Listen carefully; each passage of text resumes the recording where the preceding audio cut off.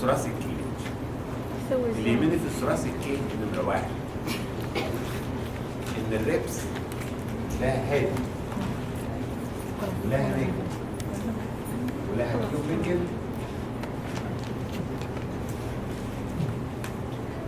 ولها الشكل بتاعتها ولها الكوستال اند. ان الهيد دهيت ارتكوليت مع تو فيرتبري مع الفيرتبري اوف ذا سيم نمبر. الحته اللي تحت ده اوف ذا سيم نمبر والحته اللي تحت ده اللي فوق دهيت اوف ذا فيرتبرا اباف. اللي يهمني كمان ان التيوبريكل دهوت is articulated with the transversal process of the same number عشان يعمل لي جوينت اسمها الكوستو ترانسفيرس جوينت. الحاجة التانية اللي تهمني في الريب ان الابر بوردر بتاع الريب از راوندد، اللور بوردر بتاع الريب از شارب، وفي الكوستال جروف وده لوجيك، الانتركوستال فين، الانتركوستال ارتري، والانتركوستال نيرف. عشان كده لما بعمل انترودكشن لاي نيدل عشان تو اسبيريت بلورال افيوجن او تو اسبيريت اير بحط النيدل at the upper border of the ring عشان not to damage النيرف او الفين او الارض، انتركوستال نيرف او فين او ارض. الحاجه اللي وراها الانجل، كل ريب لها انجل وده المكان اللي بتاخد منه الريب تغير اتجاهها. and this is the weakest point of the rib. عشان كده trauma the chest wall and ribs usually fracture at the angle. Fracture of the rib usually occur at the angle. The common site of fracture the angle of the rib. ليه؟ لأن this is the weakest point. نمرة 2 الفراكشر بتاع الريب كاركترستيك ليه ان العيان وانكف having a severe localized pain over الفراكشر side، وهذا البين شارب وينكريز مع الريسبيريشن بالذات الانسبيريشن وشارب ولوكالايز. لما اجي اعمل اكزامينيشن لهذا السايت اوف فراكشر هلاقي تندرنس، وهذه التندرنس ايضا لوكالايز على مكان الفراكشر. وممكن الاقي كريبتاس. كريبتاس عارفينها؟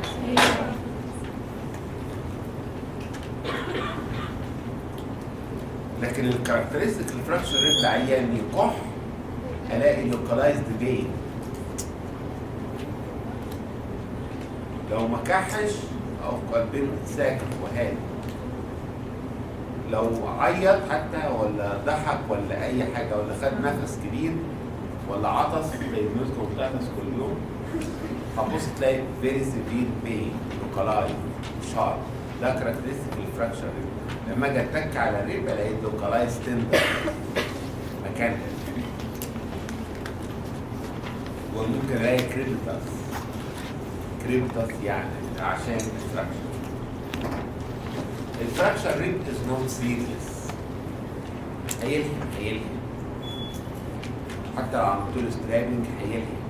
المشكله ان هذه الريبس ما تكونش عملت مشاكل. ايه اهم المشاكل اللي فيها؟ ان الريب داخله تحتها البلورا، تعور البلورا او تعور اللعب. لو عورت البلورا هيدخل هواء اللي ممكن يعمل لي تروماتيك نيوموثوركس، او يدخل بلاد نيوموثوركس، او يدخل الاثنين مع بعض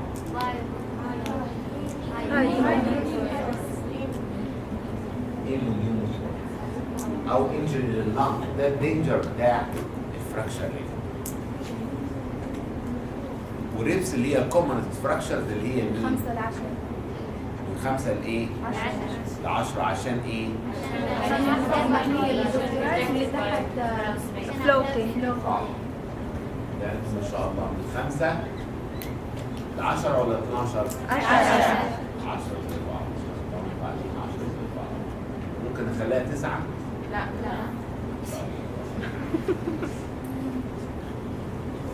تبقى كومنز، لان اللي فوقيهم محميين بالماسلز واللي تحتيهم فلوتنج. 11 و 12 فلوتنج، ممكن يخبطوا يغرزين في الابدومن وهربانين للفراكشر، لكن دولت واضحين عشان these are the common side of fracture. Sometimes بيحصل fracture للريبس at two sides, one at the anterior end and one at the ankle. So this segment of the rib becomes flail. Flail chest. لو كذا ريبس مع بعضها. والdanger of flail chest ان during respiration this segment is sucked in. طب بلاش انا عايز درجات كويسه. لو جبتوا درجات وحشه بصراحه هيبقى منظركم سيء. يعني المنظر اللي انتوا فيه دلوقتي ممتاز. لو جبتوا درجات وحشه هيجي نازل. لو جبتوا درجات حلوه هتظلوا في المستوى بتاعكم حرين.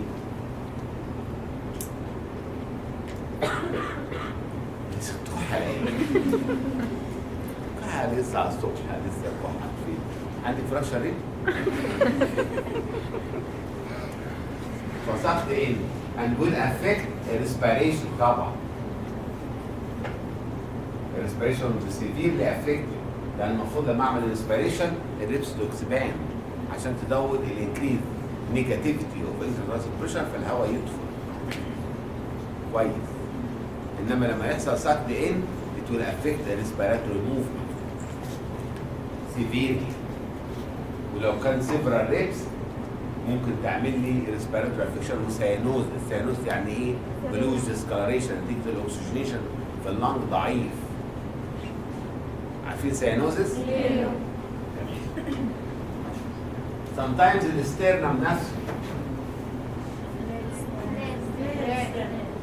بيبقى فليل sternum نتيجة fracture ribs on both sides of the sternum. So the sternum and the remnant of these ribs will be sucked in also during the respiration. ويعمل لي فليل sternum. ودي very serious. على فكرة فليل chest ده very serious. ممكن أحط العيان بعد كده في artificial respiration عشان ياخد نفسه، ممكن يموت. لان مفيش اكسجينيشن، الريبس بتيجي داخله لجوه كاتمه على اللنج. واللي بتحصل فليل تشيست ده، وخاصه للناس اللي هم عندهم كاردياك اريست. لو واحد جاله كاردياك اريست بينيموه على الارض ويتكوا على الايه؟ على الثوراسيك كافيتي بمنتهى القوه عشان الهارت يبيت اجين. ممكن مع دي يحصل فراكشر فليل تشيست فيري سيريس. فالفليل تشيست مش حاجه ايه؟ سهله.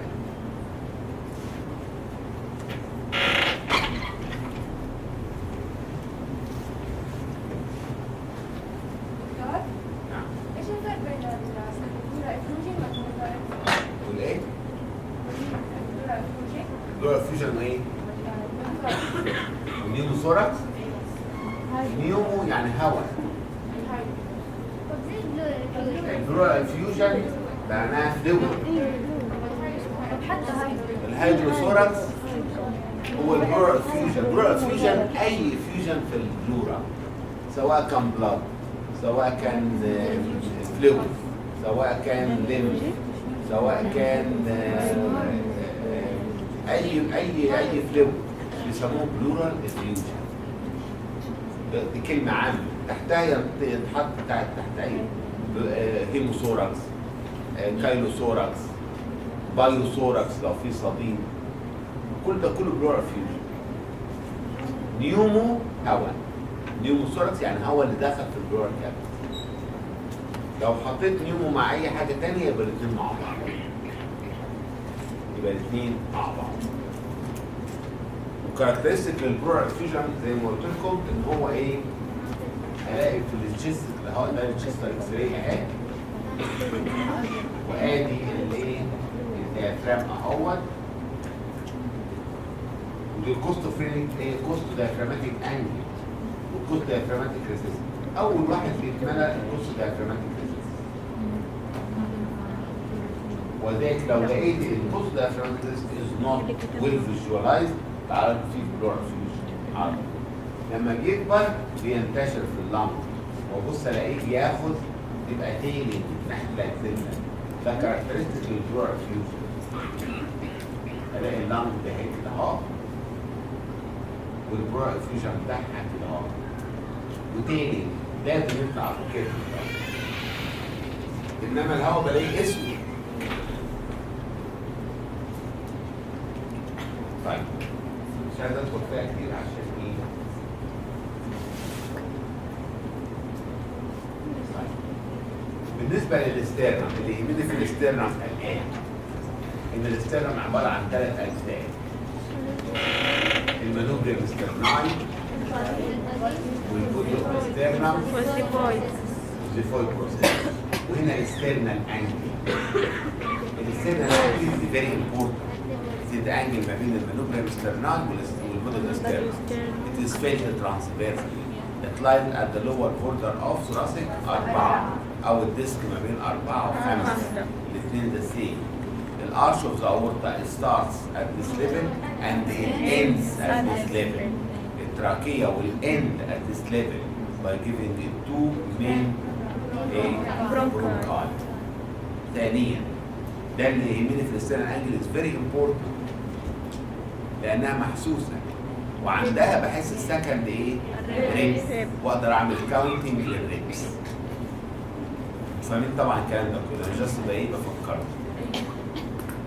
اللي يهمني في المانوبريم سترناي ان وراه الارش بتاع الاورطه، اللور بار، الابر بار البرانش بتاع الاورطه، والليفت بريكوسيفاليك فين. اللي يهمني في البودي بتاع الاسترنم انه ارتفيتنج مع الريبس من 2 لغايه كام؟ 7. تمام. واللي يهمني الاسترنال بانكشر، aspiration of the bone marrow from the sternum. This is an investigation which was done to examine the bone marrow in blood diseases. أنا قلت لكم عن كده sternal function دي مشهورة جدا.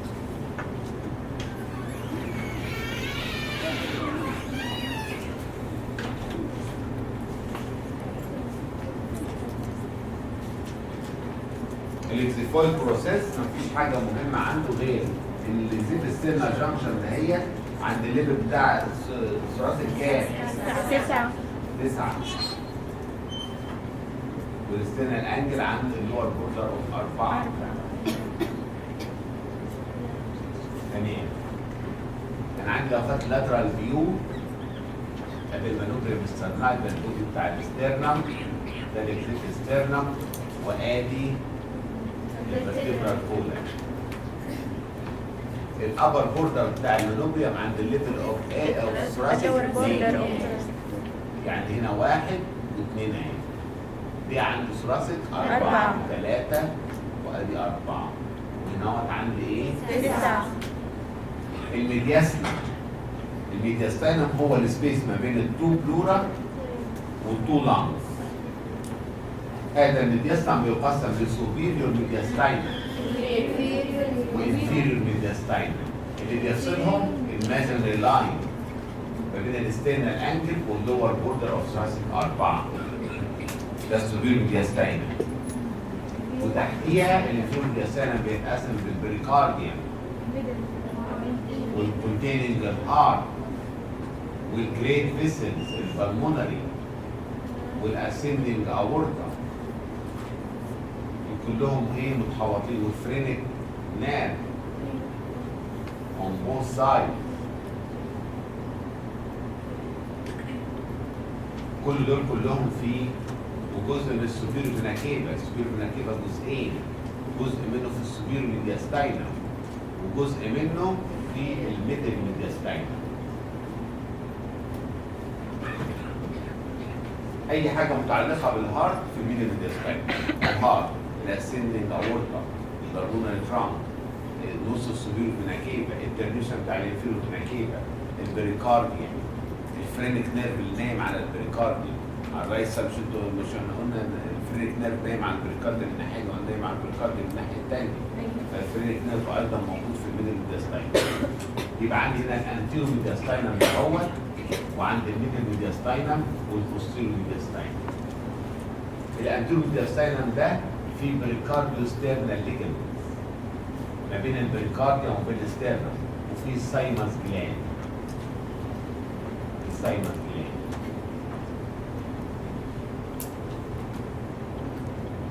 في السايمس جلاند. ابص الاقي القرش بتاع الاورطه، الاسندنج اورطه في الميدل، لكن القرش كله في مين؟ في السوبيريور ميدياستاينم كله، والبرانشات طبعا بتاعته، والتراكيه في السوبيريور ميدياستاينم، وتنتهي خلاص هنا عند السنه الان، خلاص ما تبقاش هنا خالص نهائي. لكن الاسوفيجاس بيجي نازل في السوبيريور ميدياستاينم ورايح للبوستيريور ميدياستاينم. الاورطه بعد ما بيعمل القرش بتاعه بينزل في البوستيريور ميدياستاينم. الازوجوس فين في البوستيريور ميدياستاينم. عايز بس تعرف التركيب بتاع في سوبيريور وفي انفيريور، والسوبيريور ده حدوده كذا، حدوده من ورا 2 فيرتبرا، الاربعه فيرتبرا هم، وهنا الايه؟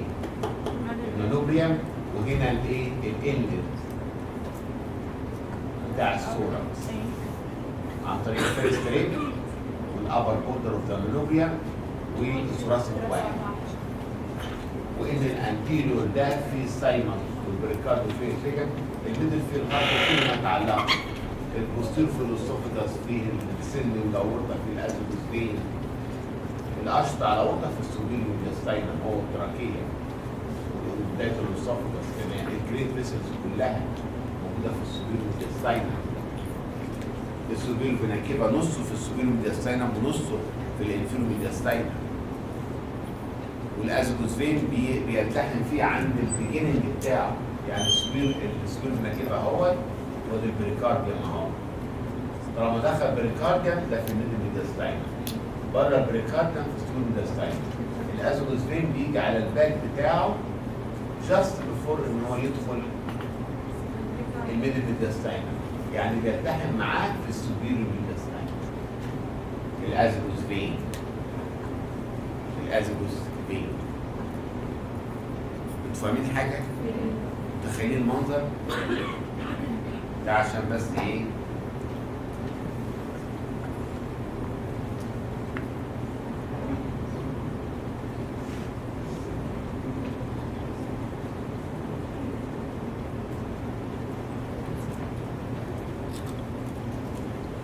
طيب عند الفيرست ريب، عند الفيرست ريب اهي،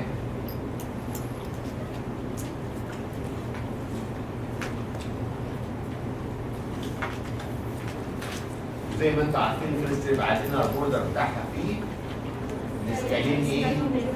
تيوبات، ودي ارتكيوليتنج الفيرست ريب مع الفيرست ايه؟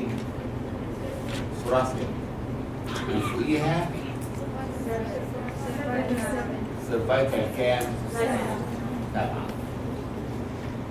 وان هذا التيوبريكل اللي هو السكالين تيوبريكل اتاشن دي السكالنس انتيرو ماسل، بيبقى قدامه الفين ووراه جروف فور ذا سبكليفيان ارتري، وجروف هذا الجروف ينزل للور ترانك اوف ذا بريكال بليكسس، يعني السيرفايكال كام؟ 8 وثوراسيك 1 سبيشال ثوراسيك 1 لان هو اللي بيبقى واطي مع الارض. تمام. لكن السبكليفيان فين هذا جروف ان فرونت اوف ذا سكالين تيوبركل ده بيتعلم في العمل الاثنين. الجروف فور السبكليفيان فين والسبكليفيان ارتري بيتعلموا في الامتحان الفيرست ريب بتيجي في الامتحان. تمام. هبص الاقي sometimes the transverse process بتاع سيرفايكال 7 دهوت extended سيرفايكال ريب. هذه السيرفايكال ريب دهيت ممكن تكون فري او ممكن تبقى اتاتش للفيرست ريب او ممكن تكون ارتكليتنج مع الفيرست ريب. المهم هذه الفيرست ريب دهيت از كومن، يعني لو عملت لكم انتوا اكس راي هطلع منكم على الاقل 2 او واحده عندها سيرفايكال. هذه السيرفايكال ريب نمره 1 ممكن نو سيمبتومز ولا حاجه، والعيان عايز زي الفل مش اي مشكله خالص معايا. نمره 2 ممكن يكون سيمبتومز. هذه السيمبتومز هي تنقذني ان انا هعمل كومبريس على الارتري او كومبريس على البريكال بليكسس وخاصه ثوراسيك 1. لو عملت كومبريشن على الارتري هلاقي البالز unequal. عايز البالز ان هو الاقيه زي الفل وهايل، والبالز اللي فيه ريب وعامله كومبريشن الاقيه ويك and maybe ايه severely weak. ادي اول حاجه. نمره 2 لما يعمل كومبريشن على هذه المنطقه دهيت نمره 1 هيديني بين along هذا الديستريبيوشن على الميديال سايد اوف ذا هاند والميديال سايد اوف ذا فور ارم. ثانيا المصل بتاعت الهاند والجافيكس لان الدرماتومز بتاعت المصل بتاعت الهاند ثوراسيك 1 هبص الاقي في ويكنس في المصل بتاعت الهاند ممكن اتروفي السينر او الهايبوسينر ايميننس. لو هي برولونج قعدت فتره طويله انتوا فاكرين السيرفايكال ريب ده ايه؟ فاكرينها؟ طيب فاكرين المانيفستيشن؟ فاكرين انها كومبريس الارت وكومبريس النيرف والبين بتاعها كاركترستيك على الميديال سايد والسمول ماسلز اوف ذا هاند بيكمز ويك والبلسيشن بتاع الارت بيكمز ان ايكوال. هذه السيرفايكال ريب ده هي one of the causes of thoracic outlet syndrome. thoracic outlet syndrome ده سندروم فيه نتيجة obstruction لجزء من الثوراسيك اوتلت، وزي ما قلت لكم الثوراسيك اوتلت احنا بنسميه في الاناتومي ثوراسيك انلت، لكن هو اصلا ثوراسيك اوتلت. فلما تسمعي كلمة ثوراسيك اوتلت تعرف ان هو ثوراسيك انلت اللي هو باوندد بمين؟ الابر بوردر بتاع المانوبريا ورا الفيرست ثوراسيك وما بينهم الفيرست ايه؟ ريبس. ده الثوراسيك اوتلت. في كذا كود الثوراسيك اوتلت سندروم، تيومر في اللانج اي حاجه وتكبر، لكن انا اللي يهمني مش الكوزز، انا اللي يهمني السيرفايكال ريب هي ايه؟ لان ده اناتومي.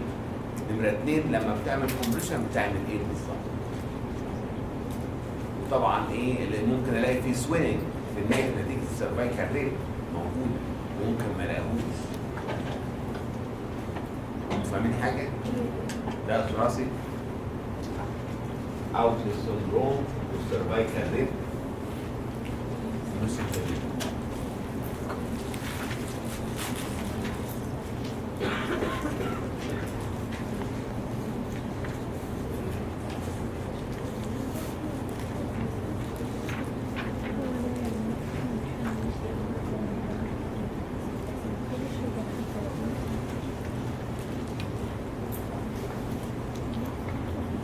طيب هندخل التراكيه. التراكيه اللي تهمني في التراكيه هو it begins and where it ends. انتوا عارفين التراكيه it begins فين؟ at the level of cervical septum at the lower border of the cricoid part larynx. وتنتهي عند الاسترنال انجل by giving the two thermal branches بتوعها الليفت والرايت من فوق. نمرة 2 الريليشن بتاعت التراكية في السيرفايكال ريجون وفي الثوراسيك ريجون. التراكية في السيرفايكال ريجون قلت لكم أهم حاجة في التراكية في السيرفايكال ريجون إن على جانبيها مين؟ وراها على طول ده باستمرار، لكن هو في الليفت والرايت مين؟ كانت لانجيال نير.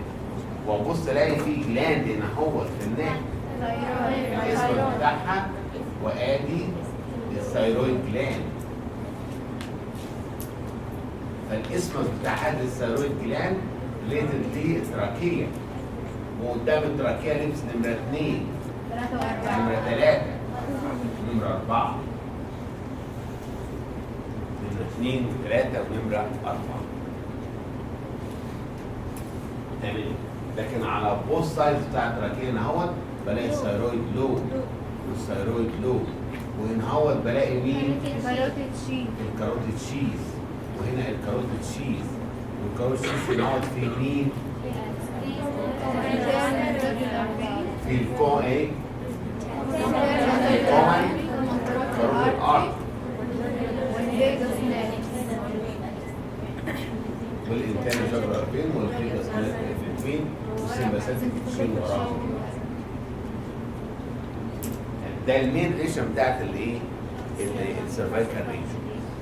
انا يهمني علاقتها بالثايرويد جلاند بالذات، لان بيحصل جوتر انتو الكومبريس تراكيه، والكومبريس تراكيه ويعمل لي ديسنيا، وخاصه اونلاين ديفلاج اللارج الجويتر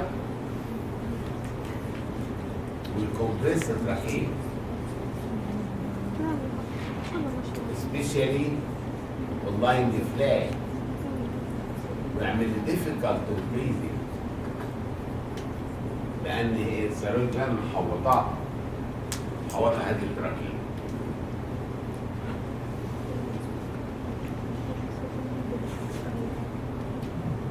طيب الاسم دوت على 2 3 4 عشان في حاجة اسمها تراكيستومي. تراكيستومي انتوا عارفينها؟ لما يبقى العيان عنده مشكلة في التنفس أو حاجة سادة تحت، فبضطر إن أفتح فتحة في التراكية وأحط فيه أنبوبة عشان الهواء يدخل من الهواء لو في اوبستراكشن في اللارنكس، حاجة اسمها تراكيستومي. التراكيستومي ديت ممكن تكون عند الرينجز ديت 2 و3 و4، ذلك ممكن اجي اقطع الاسم وفاتح فتحه فيه. مش مهم بس ايه تعرفوا الريليشن ده بالنسبه للايه؟ السيرفايكال. بالنسبه للثوراسيك بارت بتاع التراكيه لازم اعرف ان التراكيه وراها مين؟ الاسوفيجاس، وما بينهم مين؟ يعني التراكيه اهيت وراهم الاسوفيجاس اهوت، وادي الليفت ريكارنت لانجيال نيرف فقط بوستيريور ليه، وبعدين بلاقي ان فرونت اوف التراكيه وعلى اللاترال سايد هنا اهوت الارش بتاع الاورطه، الارش بتاع هذا الاورطه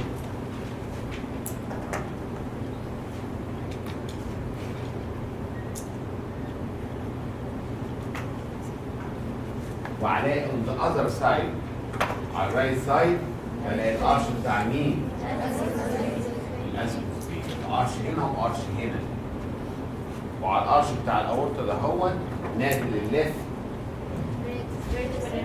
الليفت فرينك نير والليفت فيجاس نير والليفت فيجاس بيدي الليفت ريكارنت لانجيال نير، هو بيطلع ما بين التراكيه وما بين الاسوفيجاس. على الليفت سايد بلاقي الارش بتاعه الاورطه وبلاقي الفرينك نيرف، بلاقي الليفت فيجاس نيرف والليفت فرينك نيرف. تمام. بوستيريور ليها بلاقي الاسوفيجاس والليفت ريكارنت لانشيان نيرف. On the right side بلاقي الاسكوس ارش. ولا انسى ابدا on the right side the right vagus lies directly على the right side of the trachea.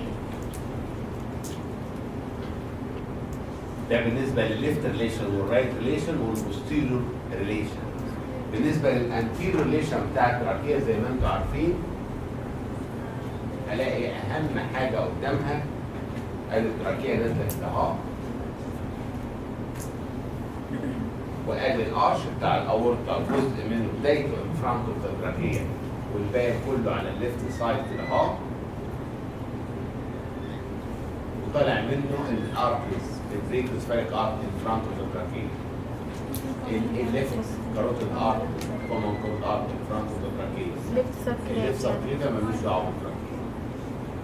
فهلاقي البرانشات ده. ثانيا قدام البرانشات ده هي بلاقي الليفت بريكوس فاليك فين. الليفت بريكوس فاليك فين ان فرونت اوف ذا تراكيه كده اهو وطويل عشان يتحد مع الرايت بريكوس فاليك ويعمل له السوبيريور هنا كده اللي بيدخل فيه الازيدوس فين. تمام. وبيدخل فيه عند بيعمل الارش بتاعه عند راس الكام؟ 5.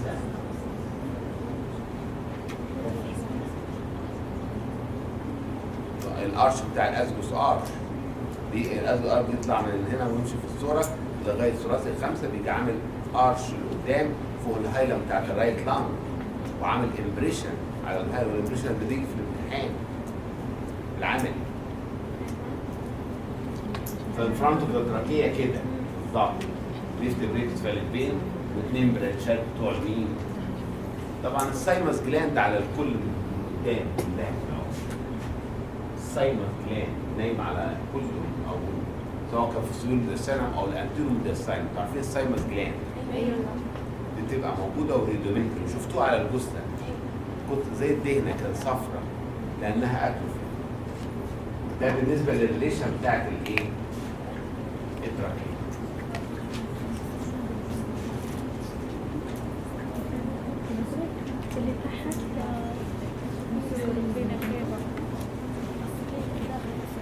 ولا انسى ان في الكارينه ومثال الكارينه دهيت بتقع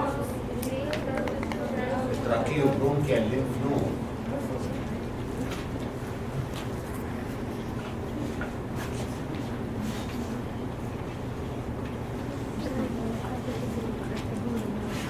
خدت منه كم واحد؟ خدت منه كم واحد؟ بخ قبل ما تدوني خدت منه.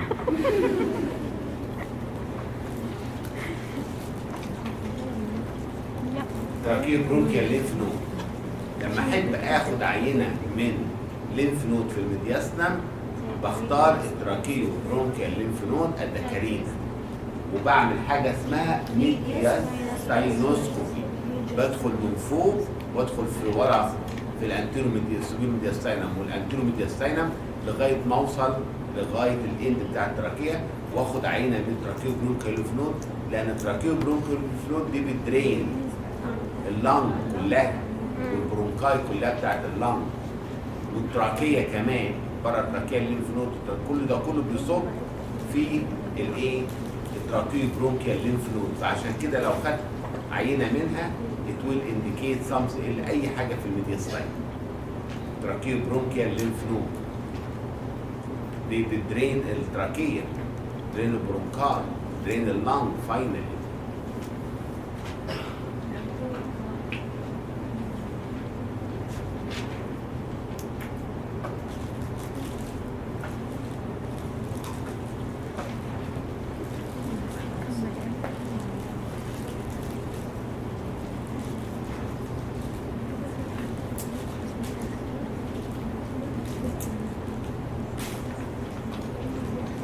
طيب لو دخلت انتوا عارفين السيف سنات بتاع اللنج. اهم حاجه السيف سنات بتاع اللنج ده لازم يتعرف برضه. لازم يتعرف الايه؟ ان الكلام اللي ايه اللي انتوا عارفينه، بس انا هاكده برضه.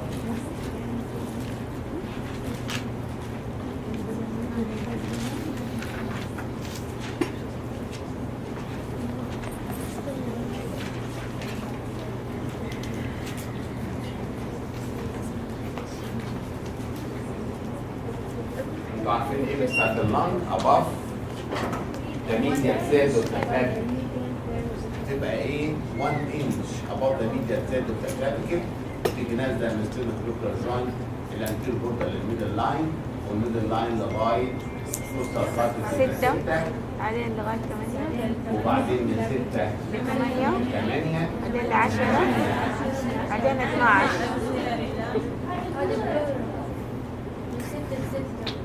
من 6 ل 6. اللي انا بعمله ده ايه؟ ده بلورا. بلورا اللي انا بعمله ده بلورا من 6 8 ل 10 ل 12 وبعدين 12 تيجي طالعه لفوق دي البلورا. البوستيريور اللنج تحتها ادي 1 inch above the medial cells of the clavicle، وتيجي من الميدل لاين وتيجي توصل 6 من 6 ل 6 ومن 6 ل 8 ومن 8 ل 10. ولذلك ده هو في الكوستو diaphragmatic recess، وده بيبقى بيتملى بالفورسد انسبيريشن. بالنسبه للليفت لانج زي الرايت لانج ما عدا البلورا طبعا من فوق هتبقى برضه 1 inch above the medial cells of the clavicle، وبعدين تيجي نازله الستينال انجل من توصل للستينال انجل اهوت لغايه الفورس من 2 ل 3 ل 4 لغايه الفورس، من 4 لغايه 6 تيجي عامله النوتش، وبعدين من 6 لايه؟ ل 8 ومن 8 ل 10 ومن 10 ل 12 وتيجي طالعه فوق دي البلورا. اللنج تحتها نفس الطريقه، هتيجي برضه 1 inch above the medial cells of the clavicle وتيجي لغايه الستينال انجل ومن الفورس كوستال كارتلج تديفيت تو ذا ليفت كده اهوت وعامل الكاردياك نوتش لغايه 6 ومن 6 ل 6 ومن 6 ل 8 ومن 8 لغايه 10 وتطلع، وبرضه ايضا فيه الريسيس اهو. وده الكاردياك نوتش وده البير اريا اوف ذا هارت، البير اريا اوف ذا هارت او البير اريا اوف ذا بريكارديوم. هنا البريكارديوم از نوت كفرد باللنج اتول. عند الكوستال الريبس من 4 لغايه 6، يعني الانتركوستال سبيس 4 والانتركوستال سبيس 5 في البير اريا. دول انتوا عارفينها كلها بس لازم تعرفوها عن الامتحان، بتنزل في الامتحان زي السنه بتاع النهر زي السنه بتاع النهر. فين التايمس في الرسمة؟ الايه؟ تايمس. سايمس جلاند. السايمس في المكان ده بتاع ده الاسترنم اهو، كل المنطقه اللي ورا الاسترنم كلها ورا الاسترنم مباشره، ورا الاسترنم مباشره سايمس جلاند. طبعا تبقى انلارجد في الشيلدرن لكن في الأدر بتبقى اتروفي، عشان كده شفتوا على الجثة تلاقيها كلها فات. خلصناها النبي بتاعتنا عشان هي خدت منها، عارفة ما كنتش خدتها منها وسبتها مقفولة زي ما هي لغاية ما ادالك تاني، لكن أنت بدأت بالعنوان ومن بدأ فهو إيه؟ أصغر.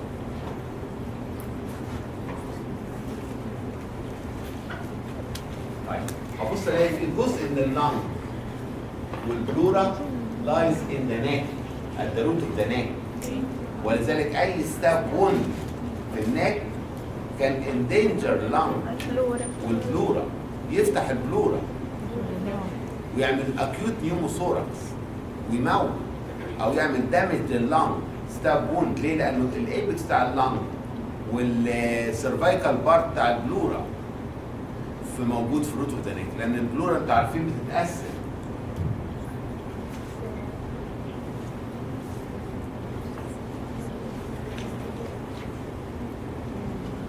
السيرفايكال بارت اللي فوق، والميدياستاينال بارت اللي ناحيه الميدياستاينال، والكوستال بارت، وده الديافراماتيك بارت اللي تحت. دي البلورا. وانتوا عارفين النيرف سبلاي بتاع الميدياستاينال بارت ده هو الفرينك نيرف. الفرينك نيرف عن حرف ال. الميدياستاينال بلورا، والميديال بارت او البارت بتاع البلورا على السنترال تندون بتاع الديافرام. دي كلها بالفرينك نيرف. اما دهيت الكوستال سيجمنتال باي ذا انتركوستال نيرفز اللي عليه سيجمنتال. نيجي لللاترال دهوت في اللور 6 انتركوستال نيرفز.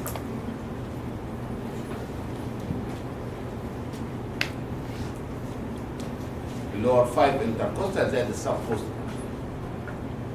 من 7 و8 و9 و10 و11 و12. ادي 6. ادي بتنزل تسبلاي اللاترال بارت اوف ذا diaphragmatic pleura وتنزل على الابدومن تسبلاي ذا سكين اوف ذا ابدومن والماسلز اوف ذا ابدومن سيجمنتال.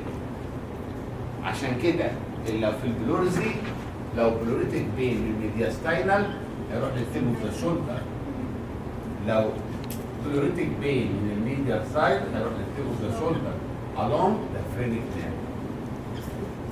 لكن لو في بلورزي في اللور بارت دهوت او الكوستال بلورا او اللاترال بارت بتاع الديافراماتيك بلورا هيرفير للابدومن. هيرفير للابدومن.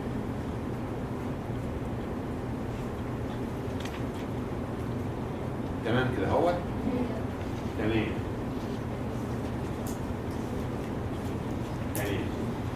ده بالنسبه لهذا البلور. انتوا عارفين طبعا ان البرايتال بلورا هي اللي سبلايد بده، لكن الفيسترال بلورا انسنسيف للبين لانها سبلايد باي اوتونوميك نيرف.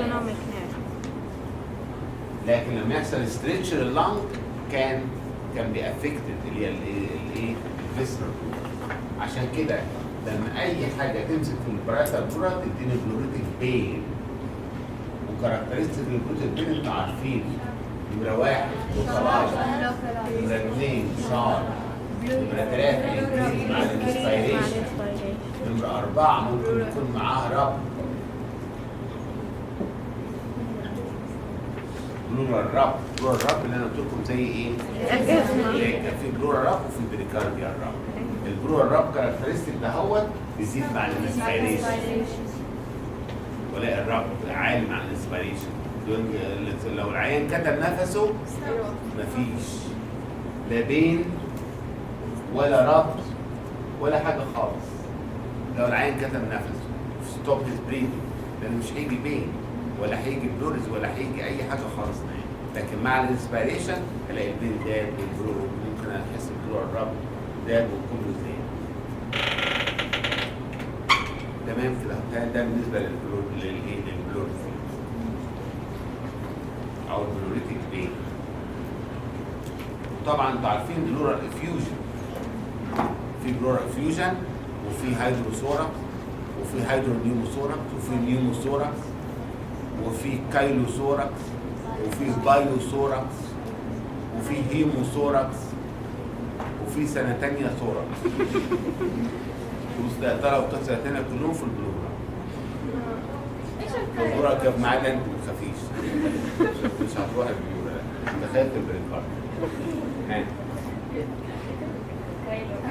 كايلو يعني في ليمف.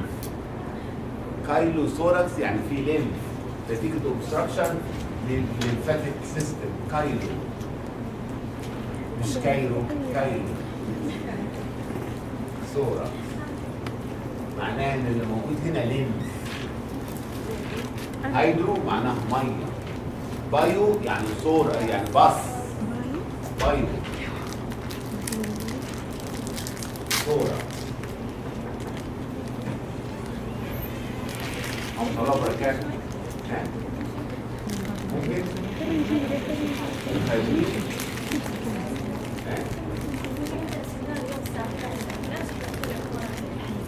بالامس كان لها ظروف خاصه بصراحه يعني لها ظروف سيئه. قعدت في الكليه هنا لغايه الساعه 8. روحت البيت، لما وصلت البيت ما اتعشيتش لغاية الصبح. اديني والله العظيم يا بنت انت كل كمان اتصل بيا قلت لها اتصل بيا بص يا حبيبي لغاية الساعة 5 الصبح. الساعة كم؟ عندكم صناعة 19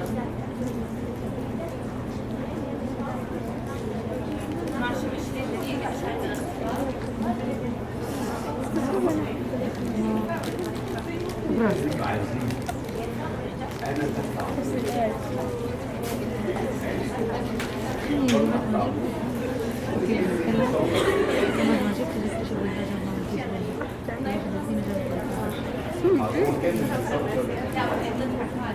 انا يعني الساعة 11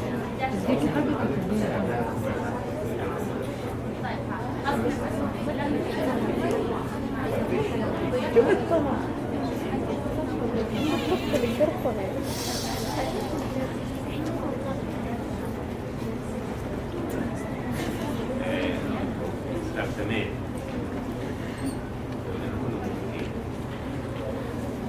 فعلا الصبح لقيت تليفونات، كمية تليفونات غير طبيعية ومسج غير طبيعي وما حسيتش بيهم كلهم. قمت الصبح لقيتهم كده اهوت جيت قافل الموبايل. حصل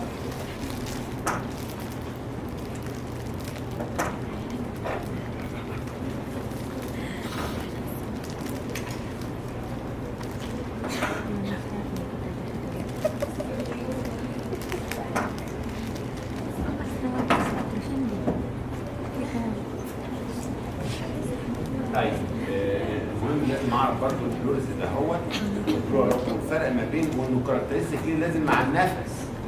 لو العيان كتم نفسه مش هيحس بالالم. نو بلوريتك برين ولا نو رب ولا حاجه خالص لانه كتم نفسه. الاستريتش بتاع البره مش هيحصل، ده هو بيحصل استريتش مع الانسبيريشن. ده الفرق ما بينه وبين الايه؟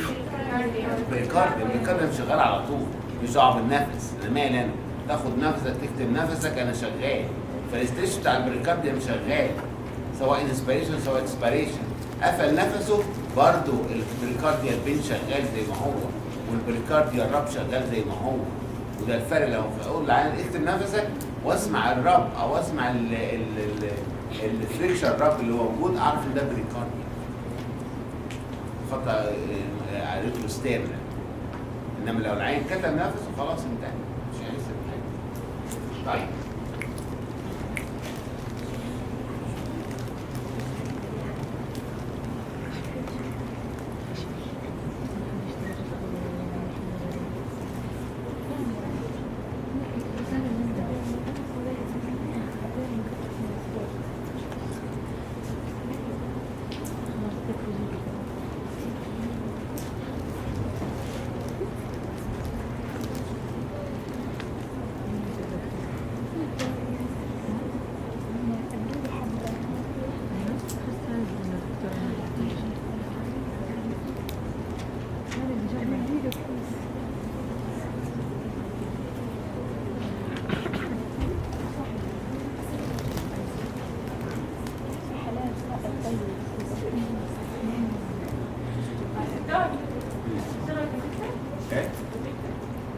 وجدت لا استنى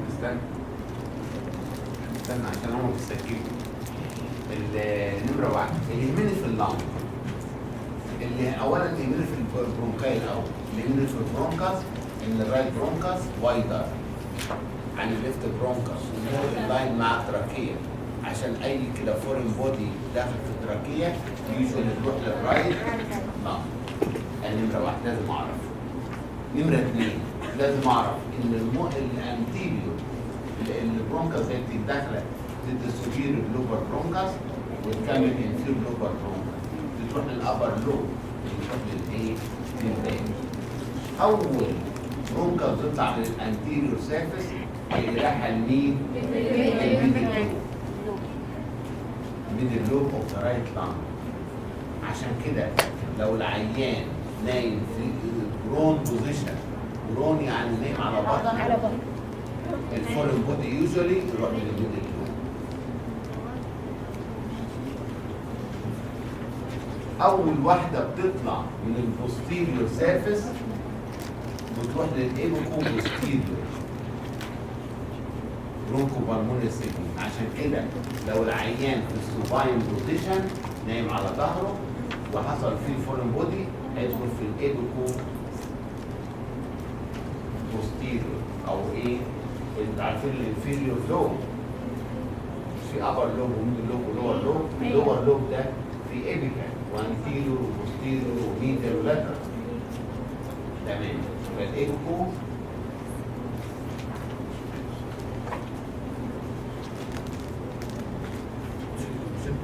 ده الرايت بانج اهي. ده الهوريزونتال وده الاوبليك والهوريزونتال بارل للرجل الوسطى نمرة 4 والاوبليك ده بارل للرجل نمرة 6 وبيتقابلوا في الميد ارتيريال لاين والابر لوب ابر برونكس ابر برونكو بالمونري سيجمنت انتيريور برونكو بالمونري سيجمنت وستيريور برونكو بالمونري سيجمنت. ده الميدل لوب طالما ميدل يبقى ميديال ولا وده الايه اللور لوب ايفوكو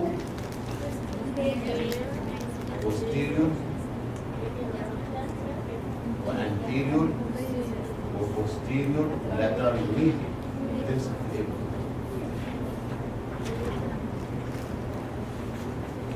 ولازم اعرف ان الميدل لوب ميديال ولاترال حاجه بتنزل في النظر. يبقى بروكو بروسيموت ذا ميدل لوب اوف ذا رايت لانج از ميديال ولاترال سوبيريور وانفيريور اي كلام. فانا عارف ميديال ابدا بالميدل على طول ميديال ولاترال.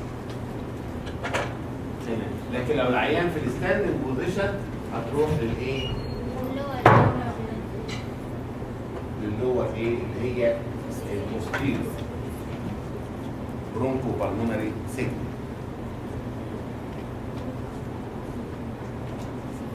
حتى سموها ايبوكو انفيريور وانتيريور يعني ايه ده؟ هم بيسموها كذا حاجه. يعني على اساس ان ده اللور لوب بيسمى انتيريور وبوستيريور وميديال لاترال وسمتها ايبوكو انفيريور انفيريور بوستيريور انفيريور لاترال انفيريور او يعني كذا اسم بصراحه. لكن انا يهمني ده في اللور لوب لان دي الموست ديبندنت لو العيان واقف.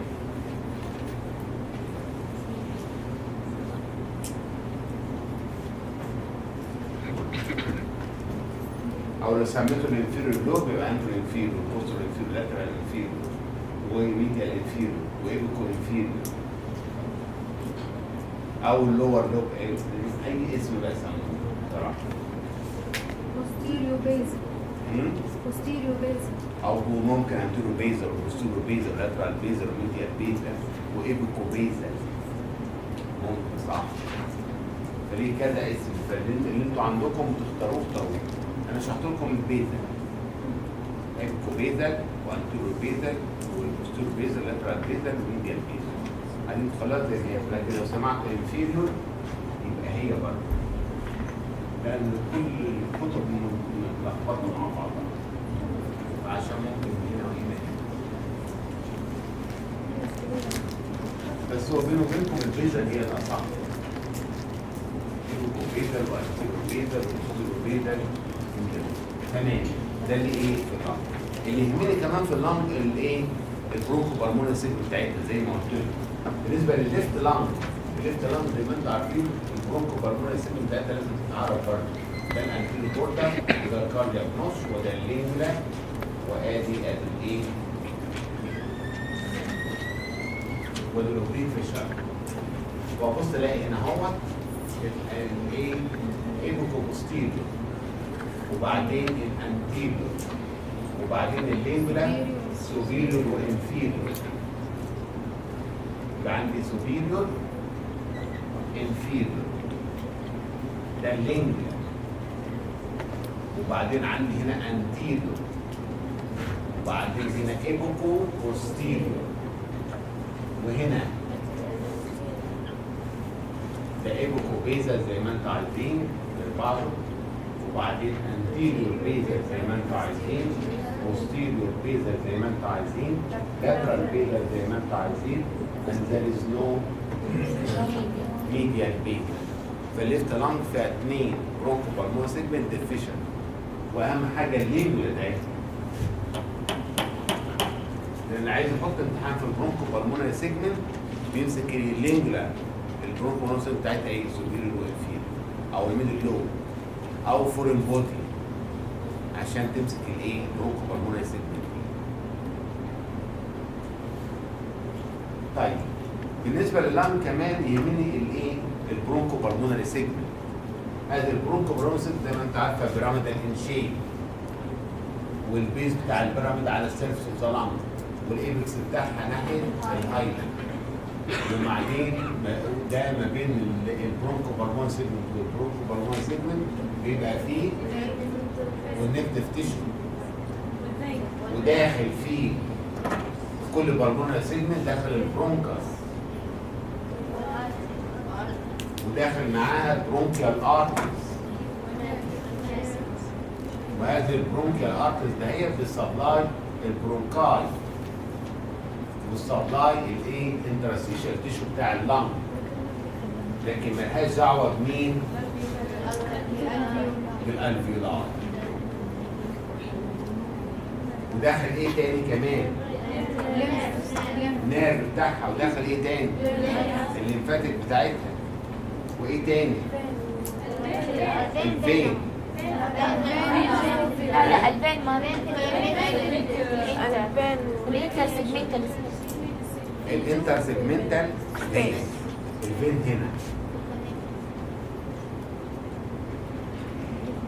الوحيد اللي يسموه بالمونري سيجمنت، لكن داخل هنا كمان الارتري برانش من البالمونري ارتري، وهذا البرانش سموه ارتري عشان يغذي الالفيولار.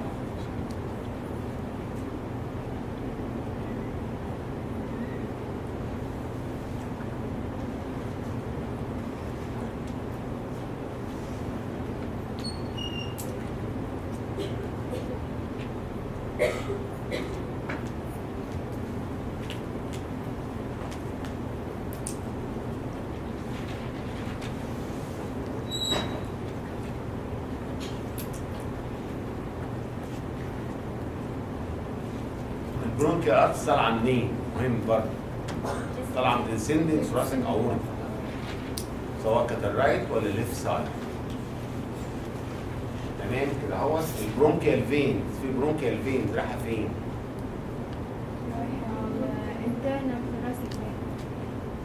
البرونكيال فين بتروح للازيكو سيستم.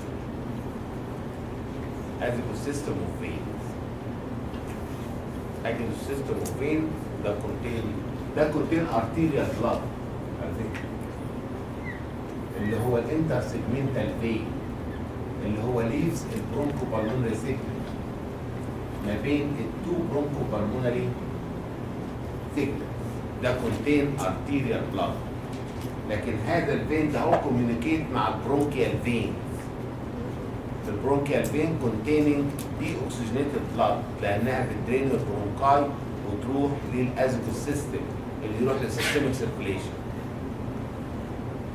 فعندي ده بيحصل كوميونيكيشن ما بينهم، وعشان كده الساتوريشن اللي موجود في الفين ده هو ما بيوصلش ل 100 ابدا. 97% عمره بيوصل ل 100 ابدا. لان بيحصل فيه كوميونيكيشن مع البرونكيال فين. والبرونكيال فين دي بتدرين البرونكاي وتيجي رايحه للبرونكو بالمونري سيجمنتس للازيكو سيستم للسيستميك سيركوليشن، ففيها دي اوكسجينيتد بلاد، فبيحصل كوميونيكيشن ما بين الانتر سيجمنتال فين which contain 100 اوكسجين مع البرونكيال فين اللي فيها ديكسجين. عشان كده الساتوريشن في الانتر سيجمنتال فين بيقل. عمرك ما تلاقي البلاد جازز البي او 2 عمره 100، لو 100 يموت العيان. انتوا مش خدتوا ده في الفسيولوجي البي او 2 والفريتو؟ ايوه. ها؟ خدتوا يموت العيان ليه؟ ده مش تسمم، ده حاجه فسيولوجيه المفروض تعرفوها برضه، بس يعرفوها في الفسيولوجي مش هنعمل فعندي في البرونكيال فينز ده بيروح لمين؟ للازموس سيستم. الانتر سيجمنتال فين ده اللي بيدرين، ده بياخد الاكسجين دهوت ويمشي. البلمونري ارت دهوت بيروح لغاز البلغي الالفيولاي. البرونكيال ارت اللي داخل بغاز البروكا والانترستيشن تيشو الموجوده في السيجمنت نفسها. انتوا فاهمين حاجه؟ ففي هنا تو تايبس اوف فينز. في انتر سيجمنتال فين ده كاري الاكسجين كله طلع من البلمونري سيركولين وطلع الايه ده. وفي ايضا البرونكيال فين. هذه البرونكيال فين بتدرين البرونكاي والتيشوز دي كاري دي اكسجينات البلاد.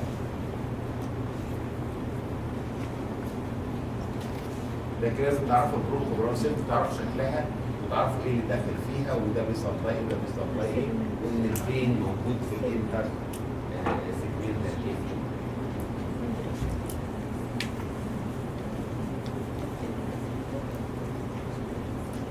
انتوا ليه سكتوا ليه؟ في حاجة مش واضحة فيهم؟ ايه اللي مش واضح؟ الفينز؟ ايوه مش البرونكاي. البرونكاي دي لها فينس رينج، لها ارتيريا سبلاي. ايوه والبرونكاي دي بتاخد الارتيريا سبلاي من البرونكيال فيسل. البرونكيال فيسل ده هي الفينز اللي هتتجمع فيها وهتتكون حواليها برونكيال فينز. الفين البلمونري ارتري ده لما يروح للالفيولاس هياخد اكسجين منه، هيطلع البلمونري فين. الانتر سيجمنتال فين الاول. الانتر سيجمنتال فين ده كاري اكسجين، لكن في برونكيال فينز كاري نون اوكسجين بلاد. انا لما بيجي ارت يروح للهارت، مش في فينس رينج طالعه من الهارت. الفينس رينج الاكسجين فيها ما فيش، قليل الاول لان الهارت خد الاكسجين خلاص. فين مكان البرونكيال فين؟ فين مكان البرونكيال فين؟ ده هذه البرونكيال فين تبقى حوالين البرونكاي، بتدرين البرونكاي وتاخدها تطلع لغايه ما تروح الازموس سيستم وفينز، وبيحصل كوميونيكيشن. مش عايزينها بلاش طالما حد واخده دي كده. احنا قلنا ان الفينز من الانتيريور كلها بتروح للانتيريور ثوراسيك فين. انترنال ثوراسيك فين. ده بالنسبه للتشست الثوراسيك وول. انا بتكلم على الديب ستراكشر برونكاي. البصر بقى بتاع التشست وول غير الاستراكشرز اللي جوه الثوركس. اللي انت بتقول الانتيريور ديت كلها للتشست وول، انتركوستال سبيس. في الانتيرو وفي البوستيرو، ده بتدين تشست وول والماسلز والحاجات دي. لكن الاورجنز اللي جوه لها فينس رينج لوحدها. عشان كده الازموس سيستم والهيما ازموس سيستم موجودين في الثوركس عشان يدرين ده كلهم ويودوهم للسبيلو فيناكيا. يدرين الاسوفاجاس، بيدرين تراكيه، بيدرين اي ستراكشرز موجوده. انتوا ايه اللي ملخبطكم؟ اللي ملخبطكم الهرمون طبعا مش عايز كلاش. طيب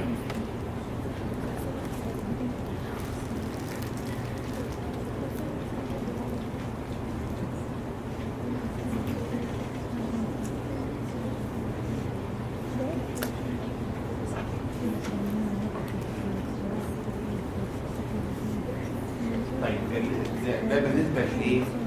للطنج. احنا خدنا ايه تاني في خدنا الديافرام. اللي يهمني في الديافرام نمره واحد ان الديافرام عباره عن تو كراس، في الليفت كراس اوف ذا ديافرام وفي الرايت كراس اوف ذا ديافرام.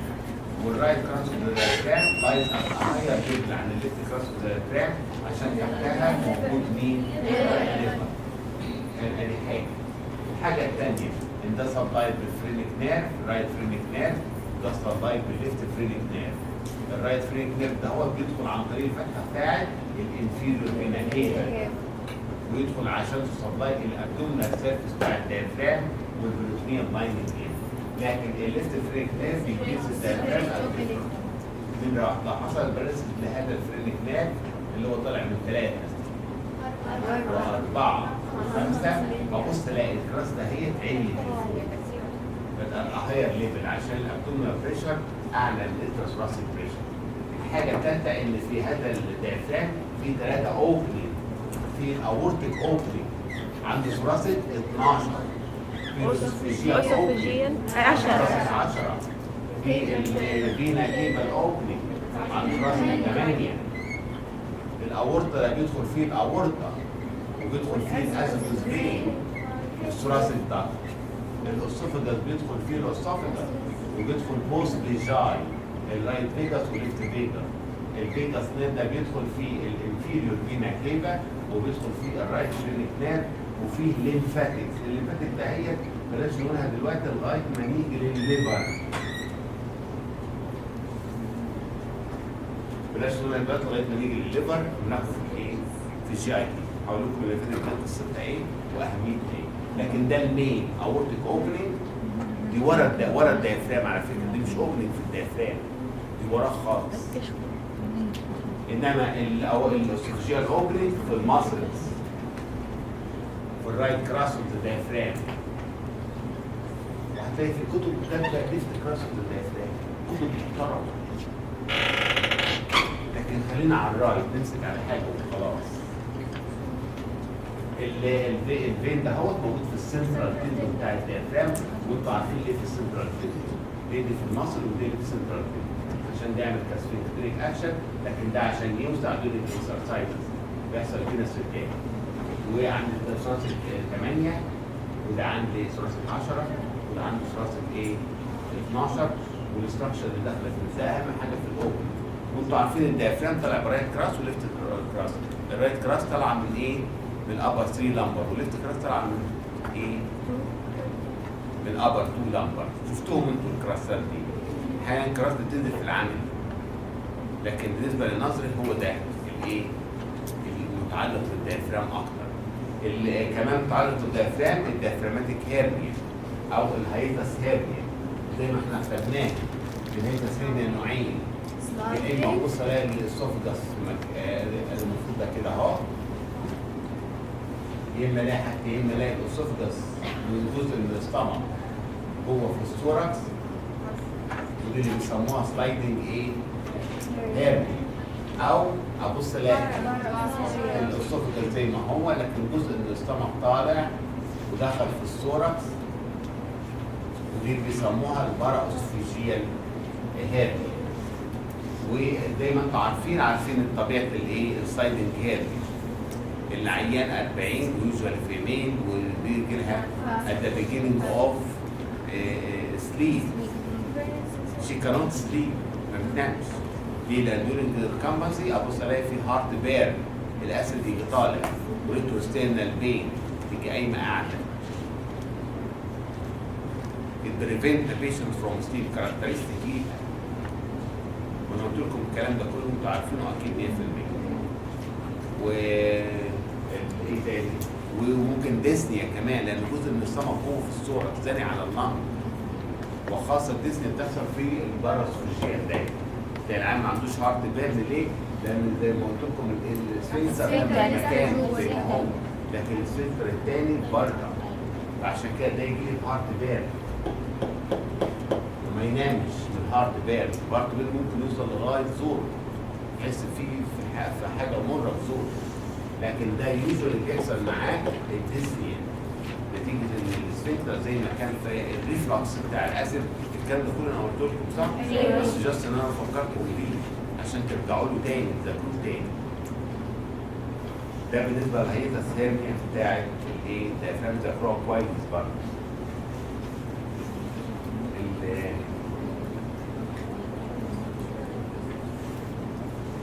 بالنسبه للنيرفس اللي موجوده في الايه؟ في الثوركس. انا عندي النيرفات اللي موجوده في الثوركس المهمه الفرينك نيرف والفيجاس. انا عندي الهارت اهو،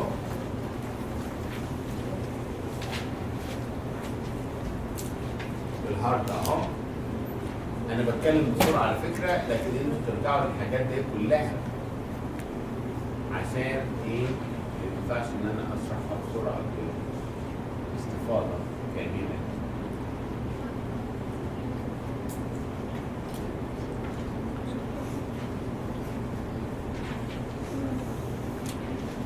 ده الهارت وده البريكارديوم. الرايت فرينك نيرف ده السوبر كده داخل فيه اهو، في هنا اهو. وادي السوبر كده طبعا بيتكون من الليفت والرايت بريكس فاليك برين. وادي هنا هو الانفيريور كده داخل في ايه؟ في البريكارديوم وداخل في الرايت اتريا. وهو اصلا كان طالع من السنترال كيندم بتاع الديافرام والفتحه بتاعته اللي هي كده فوق. الرايت فرينك نيرف والليفت ريتر طالعين من السيرفايكا 3 و4 و5. الرايت بيمشي على الفينس سايد، بيمشي على الرايت سايد اوف ذا رايت بريكس فاليك برين، على الرايت سايد اوف ذا كده، على الرايت سايد اوف ذا هارت on the pericardium مع الرايت اتريوم containing the venous blood on the right side of the anterior vena cava وداخل في الفتحه ديت supply the abdominal part of the diaphragm. ده الرايت فرينك، ده الرايت فرينك نيرف. الليفت فرينك نيرف زي ما انتم عارفين الكروسز، الليفت الاورطه والكروسز كمان الفيجاس. وهقول لكم ليه بيكروس الفيجاس. وبعدين يمشي على الليفت سايد بتاع الهارت، على الليفت ايه البريكارديوم، الليفت فينتريكل ارتيريا بلاد، ويجي داخل في الديافرام هتقسم الدنيا وصداي الابدومينال بارت بتاع الديافرام. لكن كروسنج الارش بتاع الاورطه وكروسنج الفيجاس نيرف نفسه، وبعدين بيمشي على الارتيريا سايد بتاع الهارت على البريكارديوم كفرنج ليفت فينتريكل كله ارتيريا. ده الكورس بتاعه. هو اهم حاجه من داود الهايله بتاعت اللنج. الهايله ايه الهايله بتاعت اللنج يعني؟ الفيجاس نيرف لازم يعدي ورا الهايله بتاعت اللنج ويشارك في البوستيريور بالمونري بلكسس ويشارك ايضا في الانتيريور بالمونري بلكسس، لكن هو بيمشي ورا الهايله.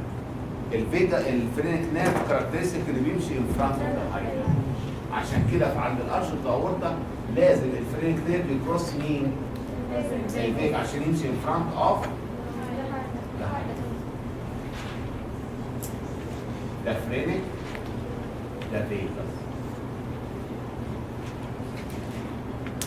الفرينك نيرف بيسبلاي، انتوا عارفين بيسبلاي الديافرام موتور سبلاي، بيسبلاي البلورا من السنه بارت دو ميدل بارت اوف diaphragmatic pleura.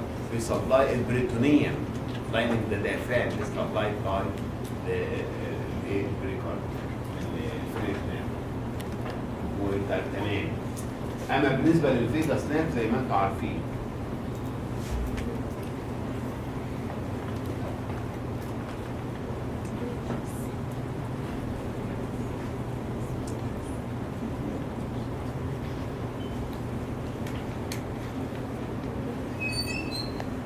زي ما انتوا عارفين ان التركيه اهي، التركيه بتيجي عند السنه الانجل بيحصل لها بيفركيشن. ورا التركيه في الاسوفيجاس، هذا الاسوفيجاس ده بيبقى ماشي في البوستيريور ميدياستاينم، وبعد كده بعد البوستيريور بتنتهي التركيه، لكن هو بيكمل في البوستيريور ميدياستاينم وبعدين يجي داخل في الاسوفيجيال اوبن. يجي الرايت فيجاس نيرف that lies on the right side of the trachea. وبعدين اندراي سايد اوف تركيا دهوت، وبعدين طبعا بيشير في البلمونري بلكسس، وبعدين يجي ماشي ورا مين؟ ورا الاسوفيجاس، ويجي داخل ورا الاسوفيجاس ورا الاستامك. ده الرايت فيجاس، ويشير في الاسوفيجيال بلكسس من حوالين الاسوفيجاس. انما الليفت واحد انتوا عارفين كان هنا القش بتاع الاورطه كان بيكروس الليفت اب بتاع الاورطه دهوت، وبعدين يمشي ورا الهايلم، لازم يمشي ورا الهايلم، وبعدين يجي ماشي اون ذا فرونت اوف ذا اسوفيجاس، بيجي نازل في الفتحه على انتيريور جاستريك. ده الليفت فيجاس وده الرايت فيجاس، ولازم يمشي قدام، لازم يمشي ورا الهايلم، ورا الهايلم behind الهايلم لازم.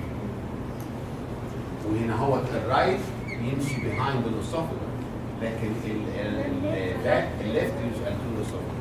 ده بيكمل اللي هو انتيريور جاستريك ناب او الليفت فيجاس، بلاش ليفت فيجاس، وده الرايت فيجاس اللي هو اللي ورا، والاثنين بيشير للاسوفيجيال بلكسس حوالين الاسوفيجاس، سبلاي الاسوفيجاس الاسوفيجيال بلكسس. يبقى هذا الفيجاس نيرف بيشير في البلمونري بلكسس انتيرو بوستيرو بالمونري بلكسس وفي الاسوفيجيال بلكسس عشان يديها باراسمباثيك نيرف سبلاي لللنج وباراسمباثيك نيرف سبلاي لمين؟ للاسوفيجاس. مش فاهمين حاجه؟ البرانش بتاعه المهم اللي هنا هو الليفت ريكارنت ريجن which moves الارش اهوت ويمشي behind the trachea in a groove ما بينها وبين الاسوفيجاس ويروح لمين؟ للارنكس الصدريه. عشان كده لو حصل فيه انيوريزم في الارش بتاع الاورطه ده هو هيكبر هيكمبريس هذا الليل ويعمل له هورسنس فويس يشيل في الفويس بتاع العيان. ده بالنسبه لهذا الايه؟ النيرفات والكورسز بتاعها المهم. ودي ماشي ورا قدام مين؟ لازم اعرف مين ماشي قدام الحاله ومين ماشي ورا الحاله، مين ماشي ورا الاسوفيجاس ومين ماشي بيهايند الاسوفيجاس، مين اللي بيشير في البلمونر بلكسس ومين بيشير في الاسوفيجيال بلكسس. لازم اعرف ده كله. والريكارنت انجينير لازم اعرفه ومكانه فين بالظبط وموقفه ايه بالظبط. مش كده وبس، لازم اعرف كمان الايه؟ ده القش بتاع الاورطه اهوت، وده الليفت سبكليفيان ارتري اهو، وده البريكوس فالك، وده الليفت كومانتور ارتري اهو، وده البلمونري ترانك اهو طالع كده اهو هيتفرع لفرعين. هبص الاقي في كونكشن ما بين البايفركيشن بتاع البلمونري ارتري او الليفت برانش بتاعه مع القش بتاع الاورطه ديستال للليفت بتاع السبكليفيان ده او مع القرش وخلاص. هذه اللي بيسموها الدكتس الدكتس ارتريوزس ده هي بعد ادفانس بتحول لجامنتم ارتريوزس. لجامنتم ارتريوزس sometimes تبقى بيتا دكتس ارتريوزس. الخطر ان ده البريشر ان هو عالي في الاورطه فالضغط والفصل الى البلمونري ترانك هيزود البريشر في البلمونري، هيعمل رايت سايد ارت فيلير ويعمل مشكله بريكنج عشان دي لايكيتد. مشكله اللايكيشن بتاعها اي كان انجر الليفت ريكارنت رينج الناب لان هو اراوند ايه وبدخل لها يوجوالي بالترانسفيرس سايد. انا بس بفكركم وانا عارف انكم احسن مني دلوقتي، لكن انا جاست بفكركم كي لا تنفع الذكر. عشان ايه؟ البلمونري بلكسس بس من الرايت ولا الرايت والليفت؟ الايه؟ البلمونري بلكسس حق الفيجاس. البلمونري بلكسس في انتيريور. الفيجاس هو بيشيل في الانتيريور والبوستيريور، بس هي البوستيريور اكتر. الانتيريور والبوستيريور لازم الانتيريور تبقى صغيره، البوستيريور تبقى كبيره لان هو ماشي وراها. لكن اللي شايف الانتيريور والبوستيريور بالمونري بلكسس. دي البلمونري بلكسس اللي هتدخل تغذي اللنج، والاسوفيجيال بلكسس اللي بتغذي الاسوفيجس. باراسمباثيك بتاعه لازم اعرف الدكتس ارتروس والليجامنتم ارتروس والروكينج، ولما اعملها ممكن يحصل انجري للاني نيرف. لازم اعرف الايه التفاصيل ده هي لازم تبقى واضحه.